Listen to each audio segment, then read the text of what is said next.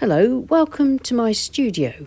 It's Lois here from Lois and Morgana Davidson Art, and I'm continuing to enjoy exploring painting different scenes from Scotland. I've been immersing myself in various images from the area. I think this is another Loch Lomond, another angle, and the Misty Mountains really attracted me. If you're interested in a copy of the linework sketch for this and the reference photograph to refer to, you can find that over on my Patreon page. I'm going to show you the sketch sped up in a time lapse, and that's just roughly roughing out the position of my horizon and my various mountains to give me a roadmap to follow, so that as I try to paint these misty mountains for the first time, I should have this sort of plan set out, and the faint pencil lines will guide me. I've picked out a selection of paints. I might not use all of them, but I've got enough paints here to be able to dip in if I need to mix any particular colours. Now, my paints are from left to right: Payne's Grey, Sepia, Lemon Yellow, Raw Sienna, Burnt Sienna, Cobalt Blue and some Cobalt Turquoise Light. As I say, I might not need all of them, but I think there's enough there to be able to create all the different colours and hues that I need in this experimental mountain scene. Here are my brushes from left to right: fan brush, rigger brush, small calligraphy brush, size 14 round, size 6 synthetic mop, 3/4 inch flat, 1.5 inch mottler, and a large size 20 synthetic mop. I may not use all of them, but if I've got a selection of brushes out, just like with the paint, if I need to grab one, it's there for me. I've sped the footage up a bit because it's quite a long process to paint a scene like this. There's quite a few stages. I'm going to start painting wet in wet, so I'm wetting the sky down as far as the lake or loch, and I'm going to leave the lake dry paper, and then I'm going to wet the foreground. So the first layer I'm going to be painting wet in wet. I'm going to start off with some raw sienna and then build up a nice misty sky, painting a graduated wash which will be darker at the top and lighter at the bottom using Payne's Grey. Then I will begin to work in with some of my colours. I shall mix greens using raw sienna, cobalt blue, a bit of lemon yellow, some burnt sienna and maybe some Payne's Grey just to get some variation, and a little bit of sepia just to warm things up a bit. I shall then match the sky colour in the lake. I'll put some music on while I paint, but I'll keep popping back in to let you know what I'm doing at different stages.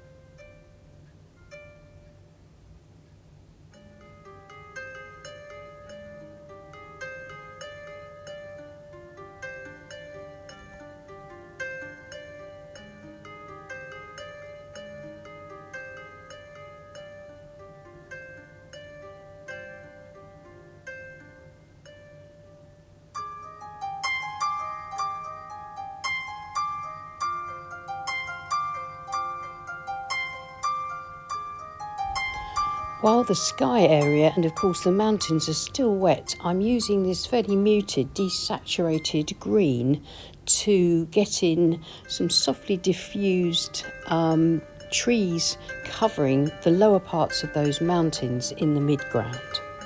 And then moving on to the foreground, again to get in some nice wet in wet, softly diffused paint as a base to build up the detail a bit later.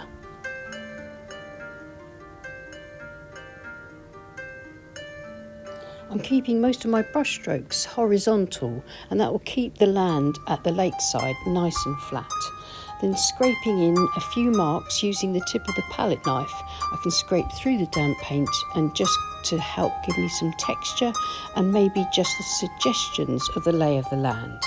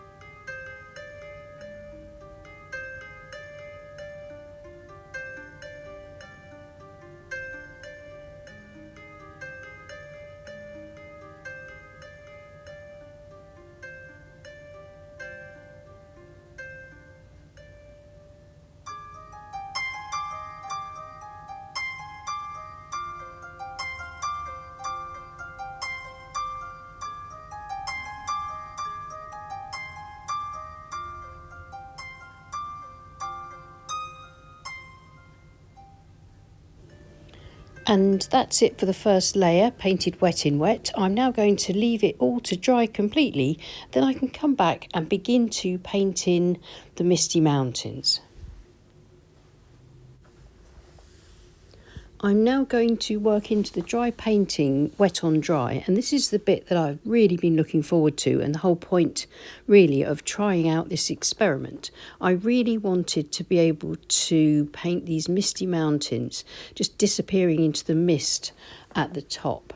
I'm starting with a mixture of Payne's grey that's got a little dab of cobalt blue and a dab of burnt sienna in it, and I'm working around the Midground mountain, just to sort of paint in the silhouette and the shape of the mountain, starting off with a fairly rich mixture and then allowing the paint to run out and dipping into some water, dabbing onto a tissue so it's not too wet, but then feathering that paint out so it gets lighter and lighter.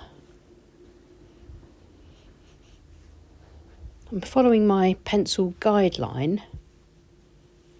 This mountain is plain and you can see it all, but the one behind it, once this one is dry or almost dry, I'll paint a paler one behind it, which will then disappear into the mist.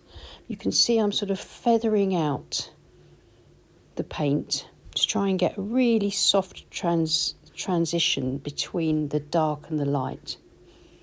So within this mountain, I'm painting a graduated wash, or the equivalent of that. Then moving over with the same paint to paint in the mountain just behind this little headland, little tree-covered headland here. So I'm painting around that to allow the shape of the trees to be revealed by sort of negatively painting around the underpainting there with my mountain colour, whilst focusing on keeping a nice sort of smooth outline to the edge of the mountain. Again, we can see the whole of this mountain, but once this paint has dried off a bit, the next ones will be paler so that they recede into the distance, and I will lose the mountains at the top by dabbing out with a tissue. So I'll continue to add some sort of darks and sort of suggested detail to the foreground, and then do some work on the tree-covered mountain in the midground, and also continue back with the paler mountains. I'll also add some shadow to the water on either side, leaving it nice and pale so it reflects the paler sky in the middle of the lake.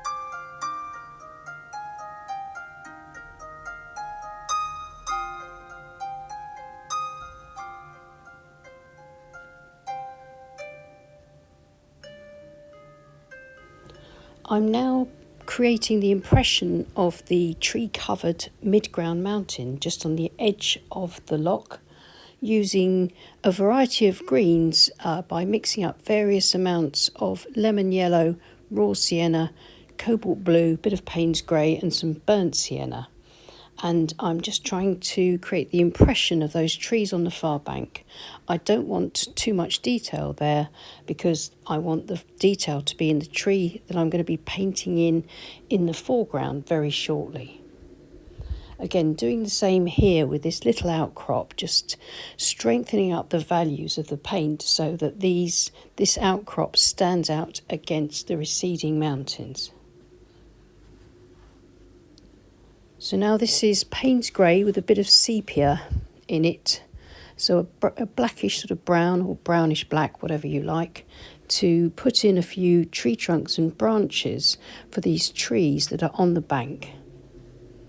And then I've mixed up a really nice dark green using Payne's grey and cobalt blue, a bit of lemon yellow, raw sienna, and again the burnt sienna. And then I shall start to build up the foliage, following the pencil guideline that I penciled in at the beginning for these trees, which should stand out nicely and hopefully bring the scene together.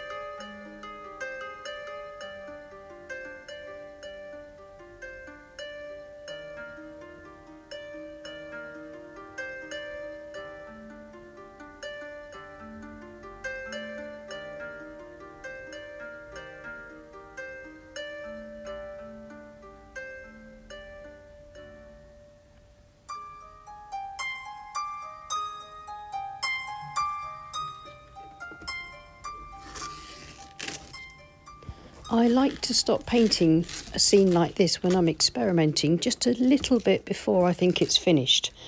I think this stops me from overworking, from getting carried away, because then I can step back and see if it needs any more doing to it.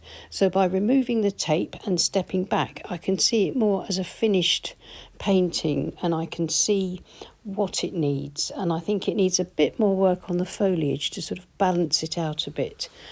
I'm not entirely happy with the tree, but I think it works really well here within the context of what I'm trying to achieve. It pulls the painting together, it gives us a focal point. There is enough of the mountains showing through gaps in the foliage as well, and so I'm quite pleased with that. I think I'd like to get some slightly yellower greens into it next time, but I was a bit concerned as to whether they would stand out over the mountains. But of course the mountains are my main focus here, particularly the distant ones which are lost in the mist, and I'm really happy with the way that they have turned out. I'm using the rigger just to try and darken up a few areas of the tree and then to put a few darks underneath the tree and just a few here and there along the loch or lake shore. Just a few little something and nothing marks, and this again I think just gives a little bit of focus using that darker value, just using it quite carefully, and helps to just finish off this scene quite nicely. So here's the finished painting, and I'm quite pleased with it. As an experiment, I think it's worked fairly well. As I say, there are a few things that I'm less happy with, but the overall technique that I thought up for painting the mountains and the mist has been successful. So I'm really, really pleased with that. And of course, if it hadn't have worked, then I would have started all over again on the back of an old painting and tried some more experiments just to sort of see what worked and what didn't. So I hope you enjoyed that little trip into my studio, watching me playing around with these new ideas. And now that I've discovered this technique, then hopefully I'll be able to paint quite a lot more of these sort of mountain scenes, especially the really evocative ones with stormy weather and clouds and the mountains disappearing into the clouds. And of course, it's worth saying that this isn't the only method of achieving these effects. Every artist will have their own way of doing it. It's simply the way that I chose to try and create these effects today. So don't be afraid to experiment and try out different ideas and not think that there's only one way to create a particular effect. There are multiple ways and they're all there to be discovered, and that's the joy of painting in watercolour. Many thanks for watching. Please leave us a like and subscribe to our channel if you haven't already. It's free to do and it really helps with our reach. And thank you so much to everybody that supports the channel on Patreon. We really do appreciate each and every one of you. And if you'd like to support us, then please follow the links below. So wishing you happy painting and a wonderful weekend, and I'll see you soon.